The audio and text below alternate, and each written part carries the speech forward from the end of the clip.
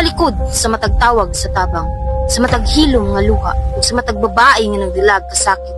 Usa ka tinuod nga istorya ang nagulat mapaminaw.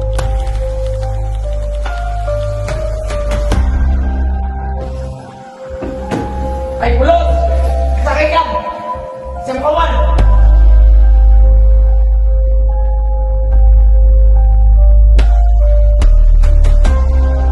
Ay, kulot! Sakay ka! Siyampawan! Ay, kulot! Sakay ka! Siyampawan! Violence is not always loud. Usahay, nagsugod ra sa pagkontrol, pagpugong, ug pagpaminos sa dignidad. Mira? Okay na ka?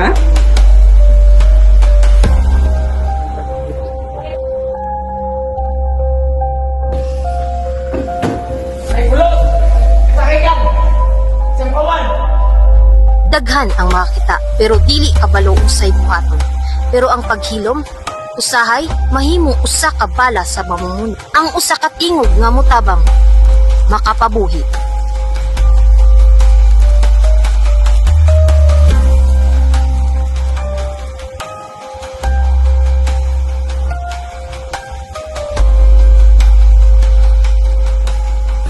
Dili kinahanglang maghimong biktima para mo baro kita tanan. Adunay papel, edukasyon, empatiya o aksyon. Advocacy begins when one chooses courage over comfort.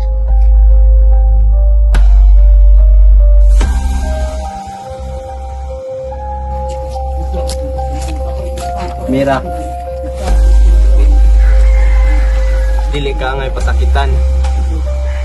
Nay mutabang nimo, dili ka mainyugara.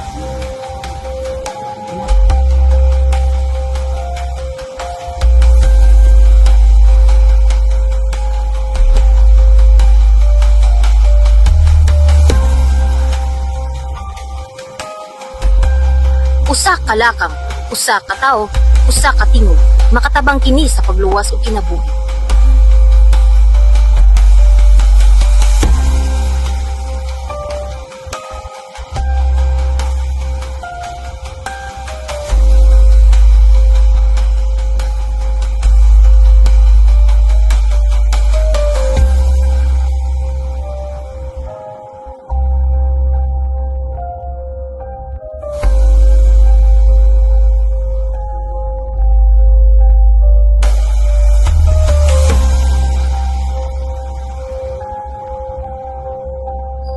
Kung mag-unite kita, ang kusog sa usa mahimong kusog sa tanan.